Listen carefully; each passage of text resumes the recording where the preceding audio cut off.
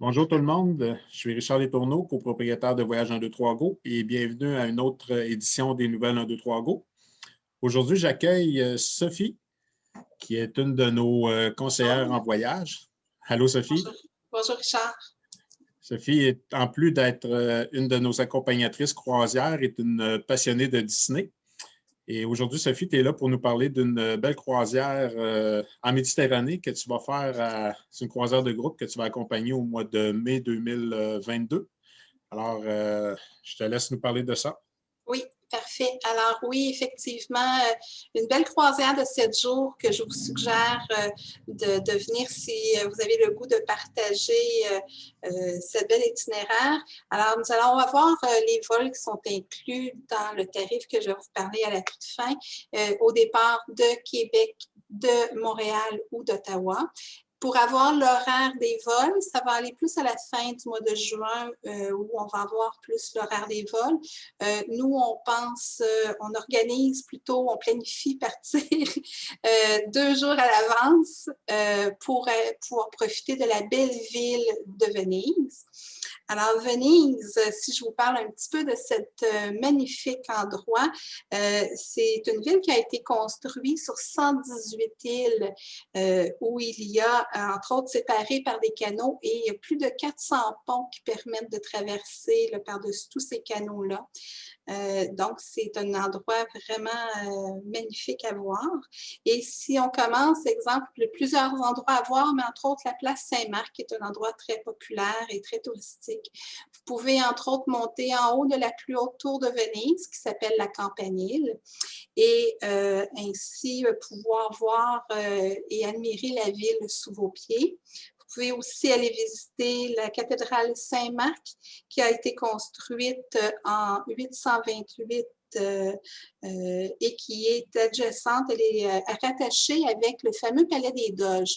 Donc, présentement, vous voyez le Palais des Doges où pendant près de 1000 ans, il y a plus de 120 membres de la famille Doge qui se sont succédés pour diriger le destin de Venise. Qui est plutôt particulier. Il y a beaucoup de choses à apprendre sur le Palais des Doges, donc je vous suggère fortement d'aller visiter cet endroit.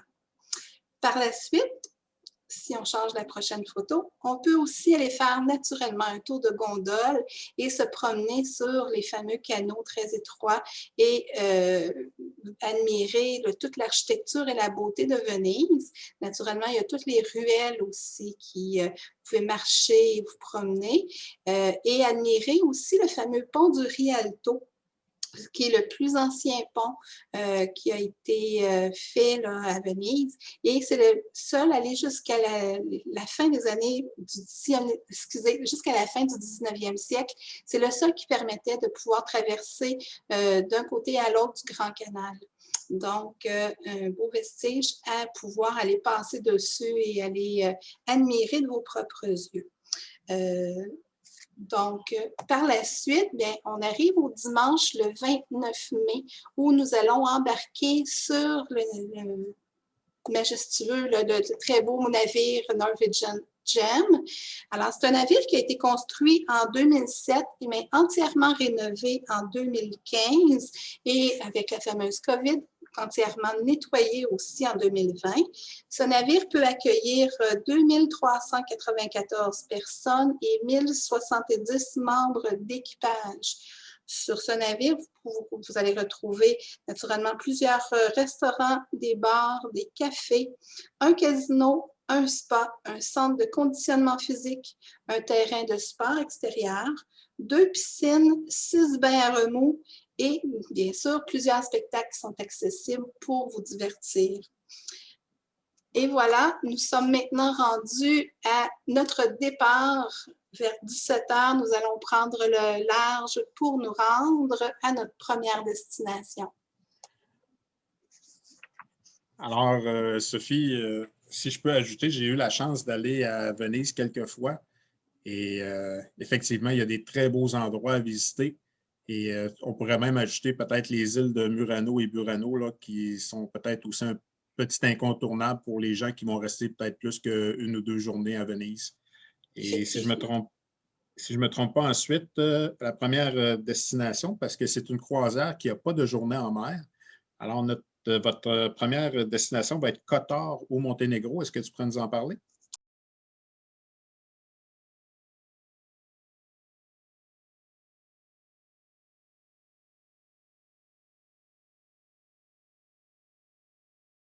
Avec plaisir. Alors, la pittoresque ville de Kotor, qui est nichée entre les montagnes dans l'une des régions les plus en retrait de la mer Adriatique. Il est entouré de fortifications construites à l'époque vénitienne au 9e siècle et ce site est classé au patrimoine mondial de l'UNESCO.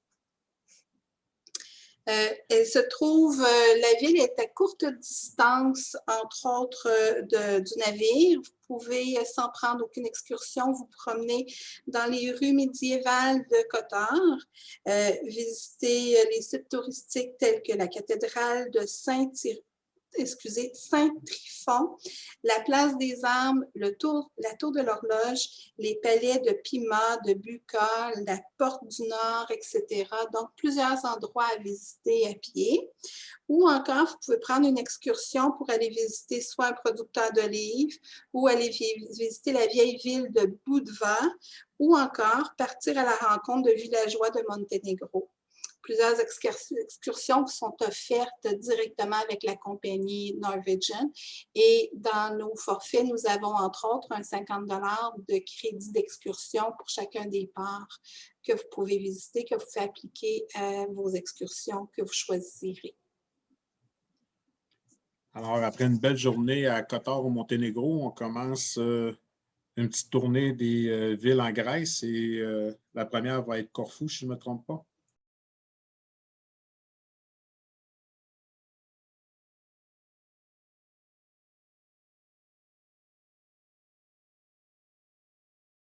Effectivement. Corfou, qui est l'une des îles grecques les plus luxuriantes, bordée d'eau bleue et surmontée de villages paisibles à flanc de montagne. Son histoire est pleine de batailles et de conquêtes. On y retrouve des ruines d'anciens temples grecs et d'autres sites archéologiques, des châteaux médiévaux ponctuant des emplacements stratégiques à travers l'île sont un héritage des luttes entre les invasions des pirates et des Ottomans au Moyen Âge. Donc, beaucoup d'histoires à cet endroit-là. Vous pouvez aussi prendre une excursion pour traverser la campagne parsemée de citronniers et d'oliviers pour atteindre la charmante ville de Gastouli où se trouve le palais d'Achillon. Ce palais a été construit pour l'impératrice Élisabeth d'Autriche en 1891, mieux connue sous Sissi, et qui nous permet de pouvoir admirer les magnifiques jardins de fleurs tropicaux qui descendent jusqu'à la mer. Donc, c'est un endroit sûrement magnifique à voir. Vous pouvez aussi faire une promenade dans les rues pittoresques de la vieille ville. Vous verrez des sites historiques tels que la résidence des quartiers vénitiens de Cambiello. Ou bien vous pouvez aussi préférer profiter de la magnifique plage, des magnifiques plages que vous retrouvez dans cette région et vous reposer, vous baigner dans la fameuse mer Ionienne. Et effectivement, pour avoir été à Corfou, j'ai eu la chance de visiter la maison de l'impératrice Sissi, ou plutôt le palais, et c'est vraiment magnifique. Alors ensuite, on se dirige vers l'une de mes îles préférées en Grèce. Je vais te laisser la présenter.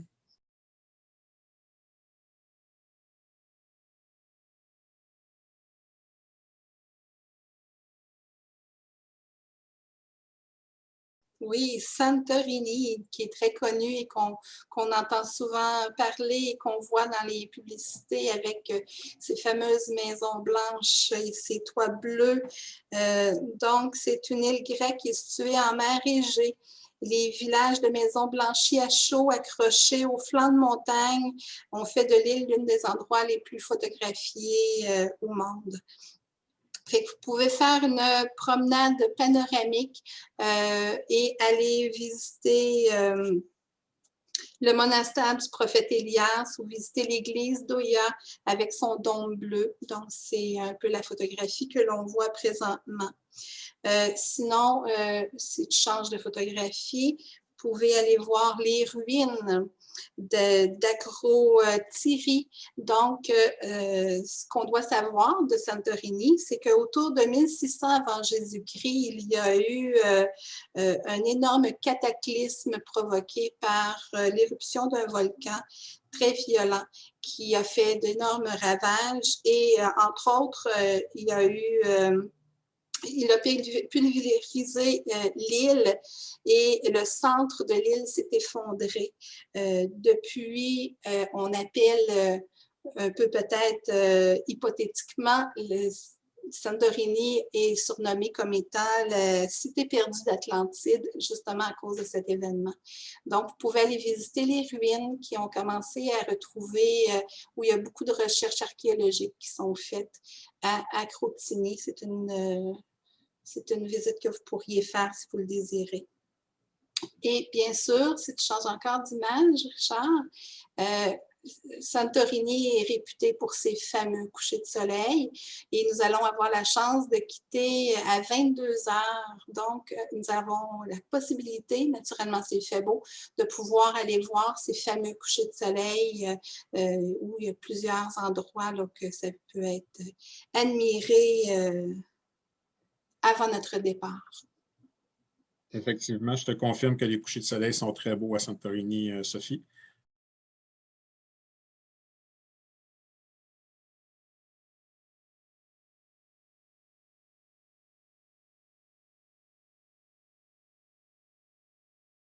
Ensuite, on se dirige vers une autre île de la Grèce.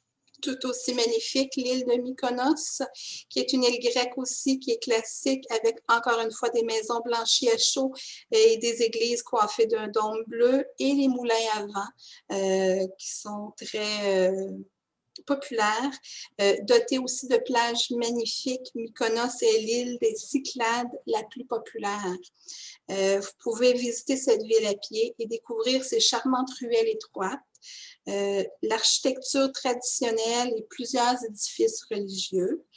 Vous pouvez, si vous préférez, aller explorer l'île en 4x4 ou prendre le ferry pour vous rendre sur la minuscule île de Délos. Ou encore, rendez-vous justement dans la petite Venise, c'est l'image principale que nous voyons. Et vous pourrez retrouver un regroupement de certains édifices historiques caractéristiques de la période des pirates à Mykonos. C'est un ensemble de maisons bâties directement sur la mer, situées au sud de Castro. Donc, plusieurs choses à faire encore à Mykonos.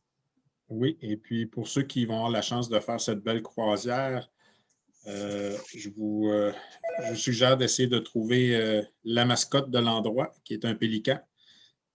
Et si vous le voyez, il est très facile à voir. Je l'ai vu à chaque fois que j'y suis allé.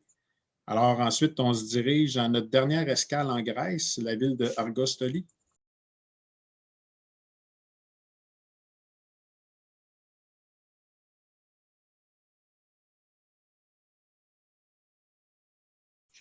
Argostoli, quand vous allez découvrir Argostoli, jamais vous allez croire qu'il y a eu un tremblement de terre en 1953 qui a presque détruit au complet la ville.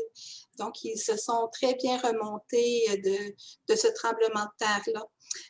Vous pouvez aller visiter, entre autres, les souterrains, le lac souterrain de Mélissani, qui palpite d'une ambiance magique. Visiter les grottes de Drogarati parsemées de stalactites millénaires et émerveillez-vous à la vue des raies de lumière donnant à l'eau une teinte d'un bleu intense. Donc, c'est les deux images en bas à droite que vous voyez. Vous pouvez aussi aller voir et visiter le fameux monastère byzantin Saint-Andréas du 19e siècle et les splendides fresques du 16e siècle.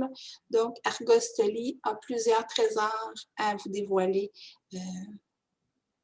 à visiter également. Alors, après avoir visité un peu l'Italie à Venise, une bonne partie de la Grèce, un petit peu le Monténégro, Vous allez visiter un quatrième pays qui est la Croatie et la magnifique ville de Dubrovnik.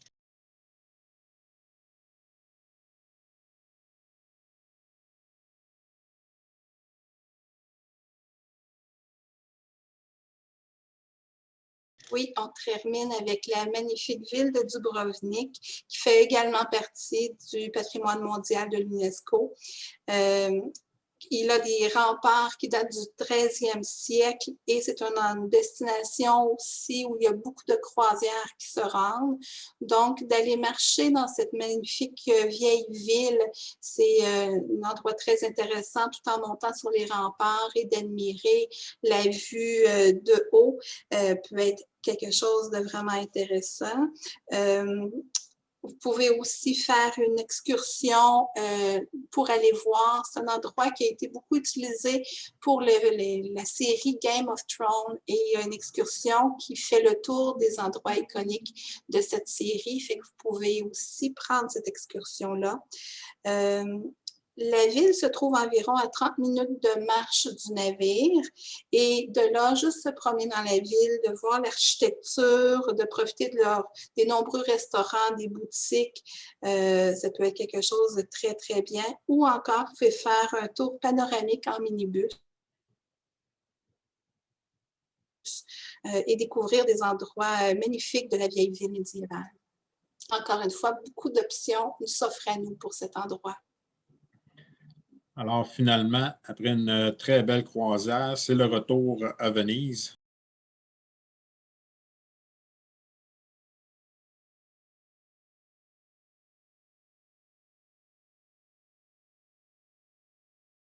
Retour à Venise, exactement. Ou encore une fois, vous pouvez prendre la décision de revenir la journée même de la fin de la croisière ou de passer encore quelques jours dans cette belle ville italienne et découvrir d'autres belles choses que vous n'avez pas eu la chance de visiter avant votre départ de la croisière. Et effectivement, si les gens veulent rester un peu plus longtemps avant ou après, et non qu'à te contacter ou contacter un conseiller de voyage 1, 2, 3 Go et on va pouvoir planifier leur voyage comme ils le veulent. Et on peut aussi là, prendre des vols un peu plus tôt ou un peu plus tard après la croisière sans problème. Exactement. Est-ce que tu veux nous parler un peu des tarifs de cette magnifique croisière? Oui, absolument. Alors, les tarifs, si vous prenez une cabine balcon, nous, elle est à 3 272 incluant les vols aller-retour de Montréal vers Venise. Encore une fois, l'horaire des vols, on va les avoir seulement à la fin du mois de juin. Mais à 3 272, vous avez naturellement, ce qui est inclus, c'est la fameuse croisière de cette nuit, les vols aller-retour. Vous avez aussi plusieurs inclusions qui sont, qu'on appelle le programme Affinité de Norwegian, qui inclut les forfaits boissons illimités. Par contre, il faut qu'on prévoie les pourboires là, de 185 par personne en surplus. Si vous prenez l'option boisson, vous avez d'inclus aussi 50 US de crédit d'excursion par port d'escale par cabine. Vous avez 250 minutes d'Internet à bord du navire d'inclus et des repas en spécialité que vous pouvez aussi prendre parce que naturellement, tous vos repas sont inclus sur le navire, mais certains restaurants sont de spécialité et doivent être déboursés à la carte, sauf que nous, dans notre forfait, vous en avez déjà 2 d'inclus dans le tarif. Et vous avez aussi un 100 de crédit à bord qui vous est offert pour cette croisière que vous pouvez vous servir comme bon vous semble directement sur le navire. Oui, effectivement. Si tu me permets d'ajouter, Sophie, les pourboires, comme pour la boisson et les repas spécialités, c'est des pourboires qu'on paierait en temps normal à chaque fois qu'on va chercher un breuvage. Alors, vous n'aurez pas à les payer une fois sur le navire. Ça va déjà être tout payé avant que vous partiez. De là, le 185 par personne et le 21 par personne pour les repas. Et puis, comme Sophie disait, il y a 2 salles à manger sur le navire qui sont inclus, où ce que vous pouvez aller manger à tous les soirs. C'est délicieux. Mais par contre, vous allez avoir 2 repas restaurants spécialités. Entre autres, si je ne me trompe pas, il y a un restaurant japonais, un steakhouse, un restaurant italien. Alors, ce sera à votre choix. Vous pourrez vous payer la traite 2 soirs pendant votre croisière. Oui, et je pourrais aussi vous informer davantage si vous réservez la croisière. Nous avons un beau document à vous remettre qui vous donne toutes les informations nécessaires qui vont répondre à une panoplie de questions que vous pouvez avoir sur cette croisière. Alors, Sophie, si les gens veulent réserver, je crois qu'ils peuvent te contacter. Oui, ils peuvent me contacter directement ou bien ils peuvent contacter n'importe quel des agents de voyage 1, 2, 3 Go qui vont pouvoir vous guider. Fait que si vous avez des jeunes personnes avec qui vous faites affaire régulièrement, ils vont pouvoir vous aider à réserver cette magnifique croisière. Et naturellement, c'est moi qui vais être sur le navire pour accompagner cette croisière. Alors, Sophie, si tu me permets aussi, pour remplacer le dépôt de 350 $, il est possible aussi d'acheter un Cruise First. Un Cruise First, c'est un coupon que vous achetez avec NCL. Le coût est 150 $ canadiens et automatiquement, NCL va vous donner un crédit de 150 $. Donc, votre Cruise First que vous payez 150 $ va valoir 300 $ et ça couvre le dépôt. La seule petite chose, c'est que si jamais, pour une raison quelconque, vous faisiez rembourser la croisière, qui est entièrement remboursable jusqu'à 120 jours avant le départ, si vous avez payé avec un Cruise First, on va vous remettre un crédit voyage de 300 $, alors que si vous payez en argent, alors à ce moment-là, on vous rembourserait votre argent. Et le crédit voyage va être applicable là, pendant 3 ans, donc il n'y a pas vraiment de problème de ce côté-là. Effectivement. Et j'aimerais attirer aussi votre attention sur les tarifs. Nous avons la chance d'avoir de très, très bons prix pour cette croisière parce que nous avons réservé il y a très longtemps la fameuse croisière en question. Et si vous allez sur le site de Norwegian pour réserver cette même croisière à tarif régulier en date d'aujourd'hui, vous allez avoir pour, entre autres, la cabine balcon, une grosse différence de 1 400 $ plus cher par personne sur cette même itinéraire et le vol n'est pas inclus. Donc, ça vaut vraiment la peine. On a un très, très bon prix, incluant le vol d'avion sur cette croisière. Oui, effectivement, je suis allé voir pour le fun. Puis, sur le site de Norwegian, la croisière seulement est à 3 911 $ pour un balcon par personne. Et nous, on la vend 3 272, incluant le vol. Exact. Donc, le rabais est vraiment intéressant. S'il y en a qui sont intéressés par cette croisière, ne tardez pas trop, parce que malheureusement, quand les prix montent vite comme ça, c'est parce que Norwegian vont probablement venir chercher notre allottement. Alors, il n'y a aucun danger à faire un dépôt. Comme on vous dit, c'est remboursable en entier jusqu'à 120 jours avant le départ. Et puis, Sophie va être heureuse de vous accompagner et de vous partager ces beaux moments dans ces magnifiques destinations. Est-ce que tu avais autre chose à ajouter, Sophie? Ça complète l'information que j'avais à vous transmettre et j'espère que vous allez choisir de faire partie de cette belle croisière avec nous et pouvoir partager de beaux souvenirs. Bien, merci beaucoup, Sophie. C'est très gentil. Alors, de notre côté, on se revoit lundi soir pour les proprios vous informent. Et on va vous parler d'une autre belle croisière lundi. On va vous parler de notre croisière en Australie et Nouvelle-Zélande. Alors, sur notre page Facebook, lundi 19h35, je vais être en compagnie de l'autre copropriétaire Stéphane. Et sinon, on a un caout mercredi soir, le 31 mars, 19h35 également. Et le caout va porter sur Voyage 1, 2, 3 Go. Alors, on va voir si vous nous connaissez bien ou non. Alors, encore merci, Sophie. Ça me fait plaisir. Et puis, je vous souhaite tous une bonne journée et une belle fin de semaine. Au revoir. Au revoir.